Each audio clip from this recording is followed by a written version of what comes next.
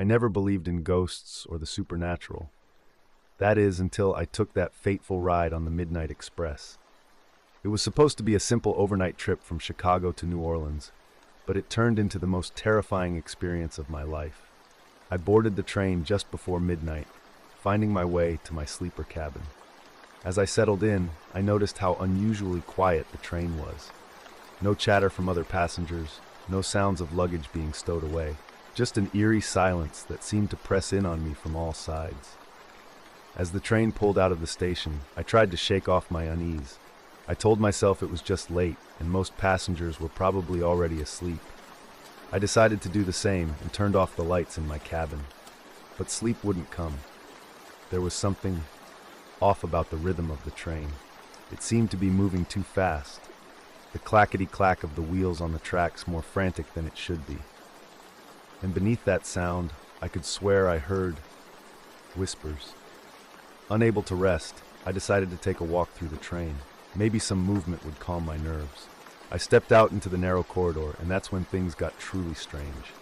The corridor stretched out before me, seemingly endless. The lights flickered ominously, casting dancing shadows on the walls. And the other cabins, they all appeared to be empty. No sounds of sleeping passengers, no luggage visible through the partially open doors. It was as if I was the only person on the entire train. My heart racing, I made my way to the dining car, hoping to find someone, anyone else. But as I entered, I froze in shock. The car was filled with people, but they weren't like any passengers I'd ever seen. They were translucent, their forms shimmering in the dim light. Some were dressed in clothes from the 1920s, others in more modern attire. They sat at tables, engaged in silent conversations, their mouths moving but no sound coming out. None of them seemed to notice me. Panic rising in my throat, I turned to flee, only to come face to face with the conductor. He too was translucent, his uniform bearing the logo of a railroad company that had ceased operations decades ago. "Welcome aboard the Midnight Express," he said, his voice echoing strangely in the car. "We've been expecting you." "What is this?" I managed to choke out. "Who are you people?" The conductor's smile was sad. "We're the ones who never made it to their destinations, trapped on this train, reliving our final journey over and over again. And now you're one of us." It was then that the memories came flooding back. The screeching of brakes, the horrifying impact, the world turning upside down. I remembered now. My train had derailed just outside of Chicago. There had been no survivors. I looked down at my own hands, seeing for the first time that they too were translucent. The realization hit me like a physical blow. I was dead. We were all dead. "The Midnight Express always has room for more passengers," the conductor said softly. "Your journey has only just begun." As the ghostly train hurtled through the night, I understood that this was to be my eternity, trapped on an endless ride, forever seeking a destination I would never reach. The Midnight Express had claimed another soul, and I was now a part of its terrifying legacy. So if you ever find yourself on a late-night train and things seem a little too quiet, a little too strange, be wary. You might just be boarding the Midnight Express. And once you're on, there's no getting off. I've tried to make sense of it all, to understand why we're trapped here. Some say it's punishment for sins in our past lives. Others believe we're in a kind of purgatory, waiting for redemption. But the truth is, none of us know for sure. What I do know is that time has no meaning here. We pass through cities and towns, but they're always different, always changing. Sometimes I see places that couldn't possibly exist, twisted versions of reality that defy explanation. The other passengers have their own stories, their own theories about our fate. There's old Mrs. Abernathy, who swears she boarded in 1954 and has been riding ever since. And young Tim, barely out of his teens, who joined us just last week, or was it last century? We try to comfort the newcomers, to ease their transition into this otherworldly existence. But it's never easy. I still remember my own first days, the denial, the rage, the crushing despair. It takes time to accept that this is our reality now. The train itself seems alive sometimes. It groans and shudders, almost as if it's in pain. The walls shift and change when you're not looking, creating new corridors and rooms that weren't there before. And always, there's that sense of movement, of hurtling towards a destination we'll never reach. I've tried to escape, of course. We all have. But the doors won't open while the train is moving, and it never stops. Not really. Sometimes it slows, pulling into spectral stations filled with shadowy figures. But try as we might, we can never leave the train. The conductor is a mystery unto himself. He never speaks of his own past, never explains why he's here or how long he's been guiding this ghostly locomotive. But his eyes, they're filled with a sadness so profound it makes my heart ache. So we ride on through endless nights and phantom days. We tell our stories, we comfort each other, we try to find meaning in our shared fate. And sometimes, in the quiet moments between the terror and the longing, I find a strange sort of peace. But I worry. I worry about the living, about unsuspecting passengers who might board our train by mistake. So I'm sending out this warning, this message in a bottle cast into the sea of time and space. If you're reading this, be careful. Pay attention to your surroundings when you travel. And if you ever hear of a train called the Midnight Express, run. Run as fast and as far as you can, because once you're aboard, your journey will never end. And to my family, my friends, to all those I left behind, I'm sorry. I'm sorry I couldn't say goodbye. I'm sorry I couldn't make it home. But know that I'm still out here somewhere, riding the rails between worlds. And maybe, just maybe, one day I'll find my way back to you. Until then, listen for the whistle of the Midnight Express in your dreams. And remember those of us who ride it, forever and always, into the endless night.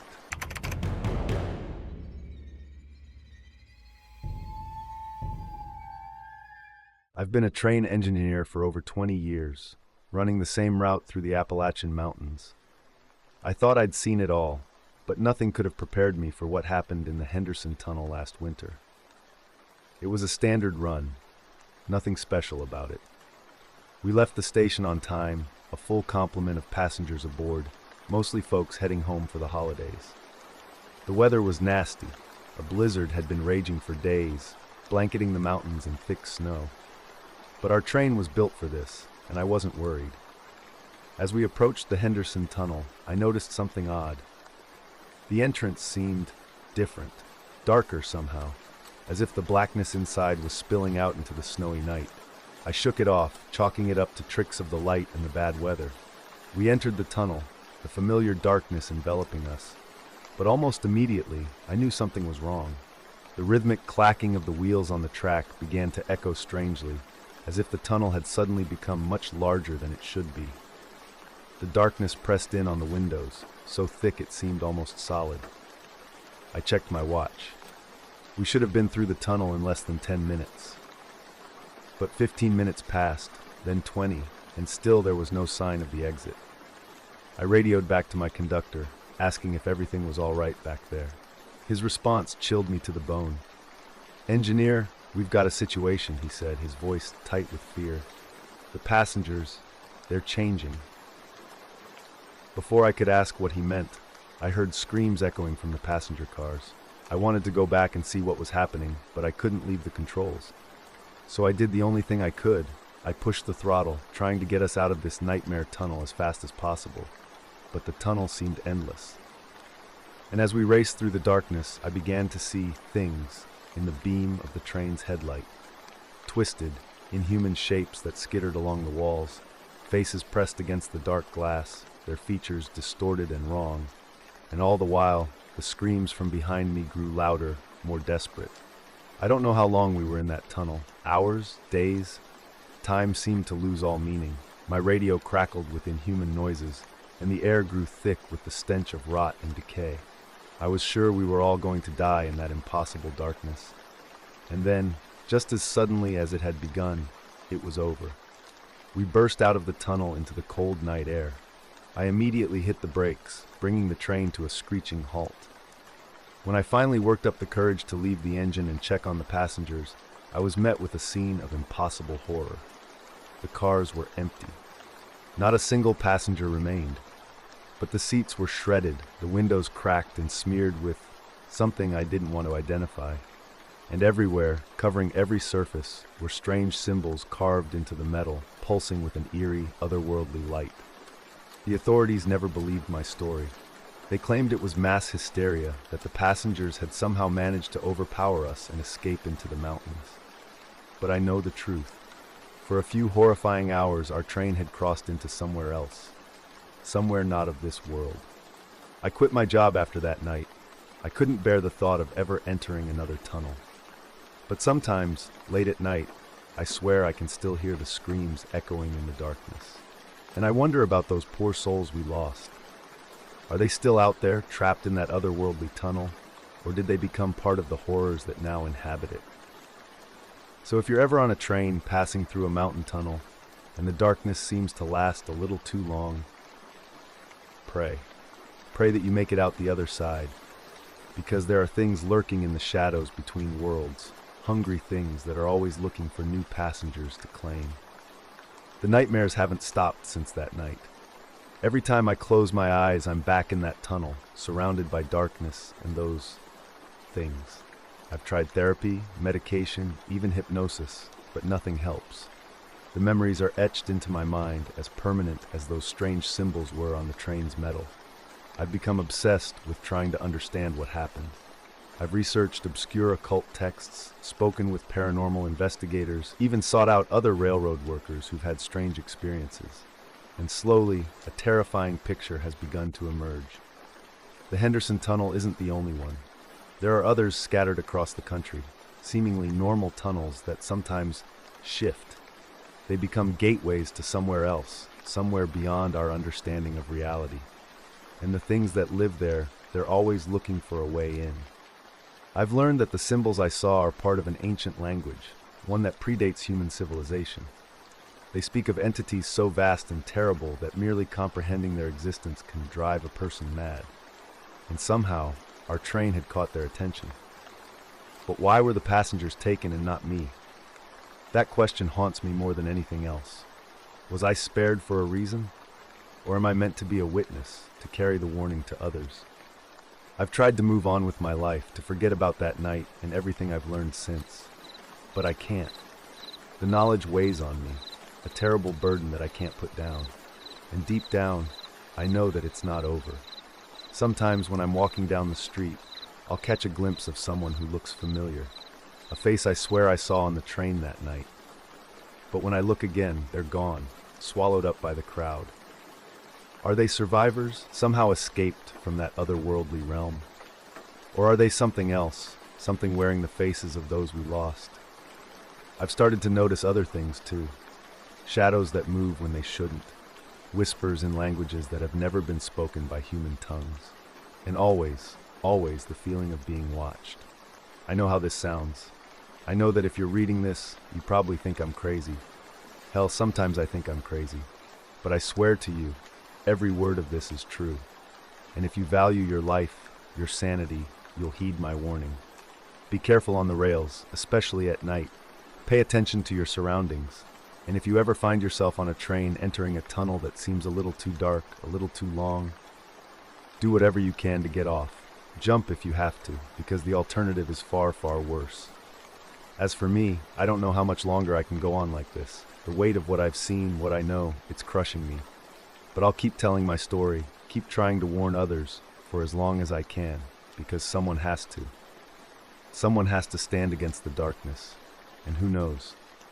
Maybe one day, I'll find a way to save those we lost. To close the gateways and push back the horrors that lurk beyond. It's a fool's hope, I know, but it's all I have left. So remember my story. Remember the Henderson Tunnel. And if you ever hear wheels on tracks echoing a little too loudly in the dark, run, run, and don't look back. Because in the world of the railroad, not all journeys end where they're supposed to. And some trains are bound for destinations beyond your darkest nightmares.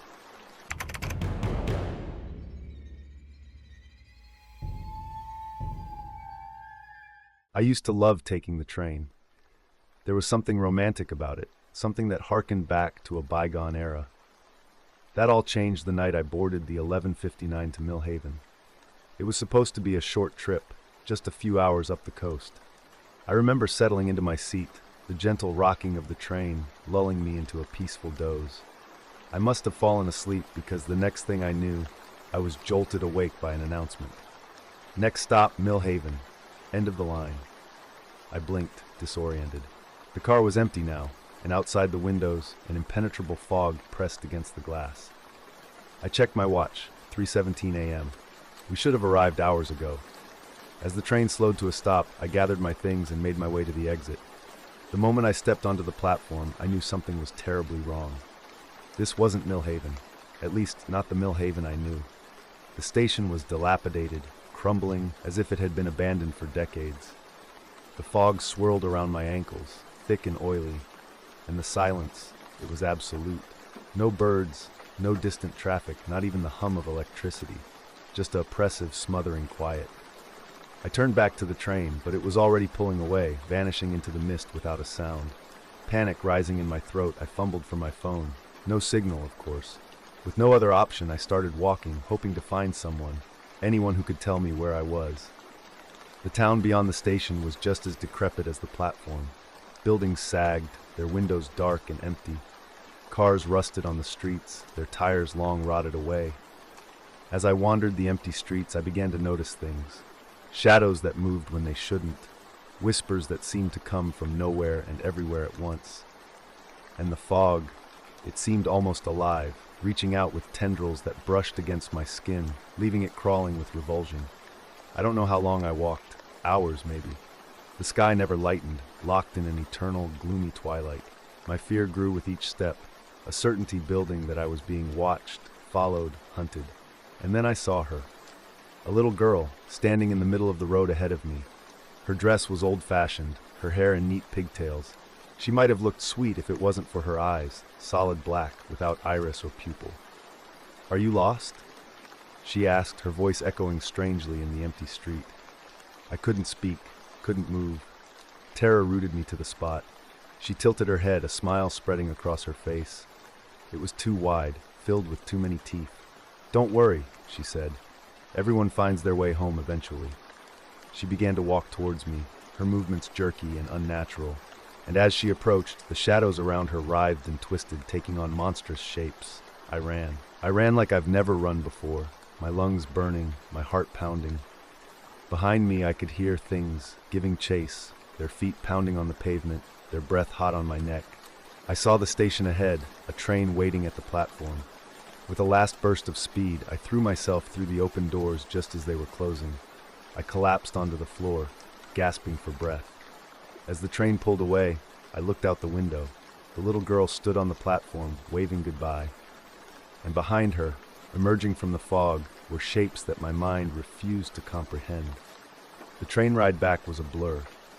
I must have passed out because the next thing I knew, I was being shaken awake by a concerned conductor at my home station. Everything looked normal, people bustling about their day as if nothing had happened. But I know the truth. Somewhere out there, there's a town that doesn't exist, a last stop on a route that no map shows. And sometimes, if you're very unlucky, your train might just take you there. I don't take the train anymore. I can't. Because every time I hear that whistle blow, I remember the fog, the silence, and the little girl with too many teeth. And I wonder, was it really just a dream? Or is that impossible town still out there, waiting for its next visitor? So if you're ever on a late-night train, and you find yourself pulling into a station you don't recognize, don't get off. No matter what you do, don't get off the train. Because some stops aren't meant for the living, and some journeys don't have a return ticket. The weeks following my experience were a nightmare of sleepless nights and paranoid days. I couldn't shake the feeling that I was being watched, that something had followed me back from that impossible town. I tried to research Millhaven to find any record of a town that matched what I'd seen, but there was nothing. It was as if the place had never existed. But then, slowly, I started to notice things, little details that didn't quite fit. A shopkeeper whose smile was a bit too wide, a stray dog with eyes that seemed to follow me too intently, and always the fog that rolled in at night, thicker than it should be. I started to see other people on the streets, people who looked lost, confused, as if they'd just woken up from a long sleep. When I approached them, they'd look at me with terror in their eyes and run away. Were they like me? Had they also visited that town and somehow made it back? I tried to tell my story to others, but no one believed me. They said it was just a vivid dream, a hallucination brought on by stress or lack of sleep. But I know what I saw. I know what I experienced. And then one day, I saw her again. The little girl with the black eyes. She was standing across the street, watching me with that too-wide smile. When she saw me notice her, she waved as if we were old friends. I blinked, and she was gone. That's when I realized the truth. I never left that town. Or maybe the town never left me. The line between reality and that other place, it's thinner than we think. And once you cross it, you can never truly come back. I've started to notice other things too. Doors that weren't there before. Shadows that move against the light. And sometimes, late at night, I can hear the distant whistle of a train that isn't there. I don't know what to do. I don't know how to fight this. All I know is that I'm trapped between two worlds now, never fully in one or the other. And I'm afraid that one day I'll blink and find myself back in that fog-shrouded town with no way to return. So I'm writing this as a warning. Be careful when you travel. Pay attention to your surroundings. And if you ever find yourself in a place that feels wrong, that feels impossible, run. Run as fast and as far as you can. Because once that other world gets its hooks in you, it never truly lets go. And to anyone out there who's experienced something similar, who's seen things they can't explain, you're not alone. We're out here, the ones who've glimpsed behind the veil. And maybe, just maybe, if we stick together, we can find a way to make sense of it all. But until then, stay away from empty train stations. Don't trust the fog. And whatever you do, never, ever get off at the last stop. Because some destinations are one-way trips, and some places were never meant for the living to visit. Remember my story. Stay vigilant. And if you ever hear a train whistle in the dead of night calling you to board, close your eyes, cover your ears, and pray it passes you by. Because the next stop might be your last.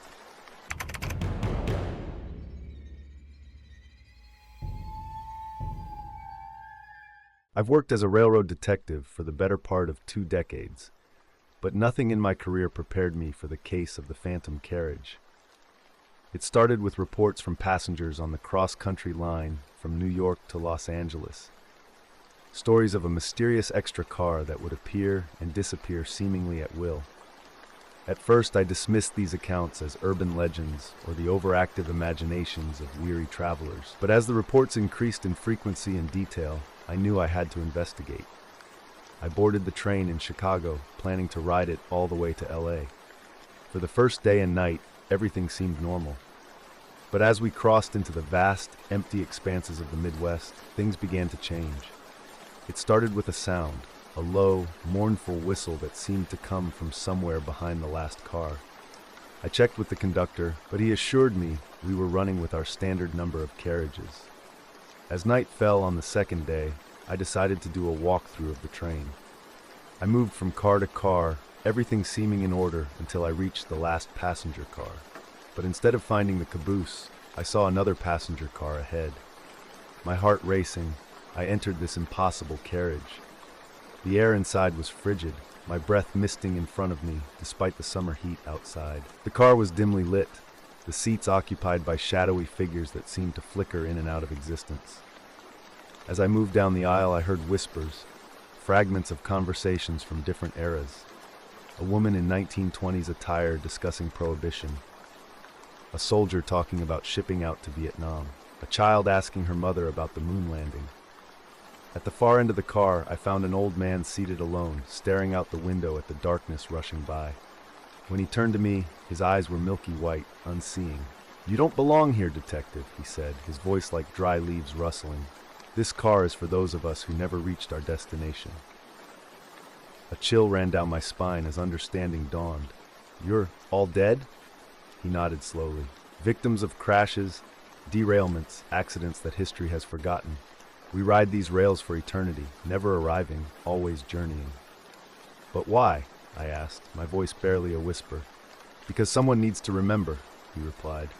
"Someone needs to bear witness to our stories, to the lives cut short on these iron roads." Suddenly the car began to shake violently. The ghostly passengers started to fade, their voices rising in a cacophony of terror and despair. The old man gripped my arm, his touch ice cold. "You must go," he urged. "This isn't your time.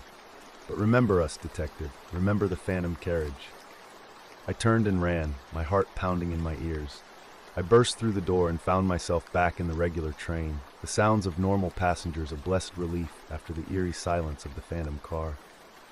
I never saw the extra carriage again, though I rode that line dozens of times in the following months. But late at night, when the train is rushing through the darkest parts of the country, I sometimes hear that mournful whistle.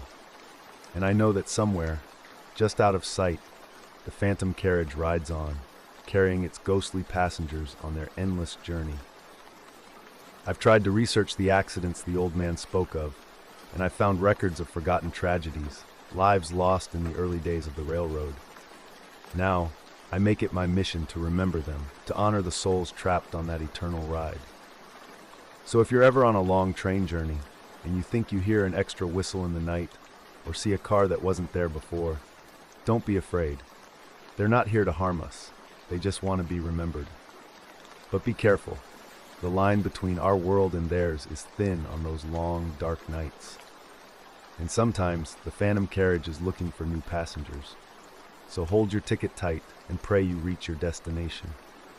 Because once you board that spectral train, your journey may never end. The experience with the phantom carriage changed me profoundly. I couldn't go back to my normal duties as a railroad detective. How could I focus on petty thefts and vandalism when I knew there was a whole other world existing alongside ours, invisible to most? I started spending my free time digging through old newspaper archives, railroad incident reports, anything I could get my hands on.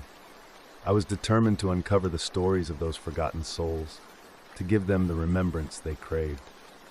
One by one, I pieced together their histories, and who knows? Maybe one day, you too will be called upon to listen, to remember, to bear witness to the stories of those who never reached their final destination. Remember, in the world of the railroad, not all journeys end when the train pulls into the station. Some continue on, riding the spectral rails between this world and the next. And for those of us who have glimpsed that other side, the sound of a train whistle in the night will never be quite the same again.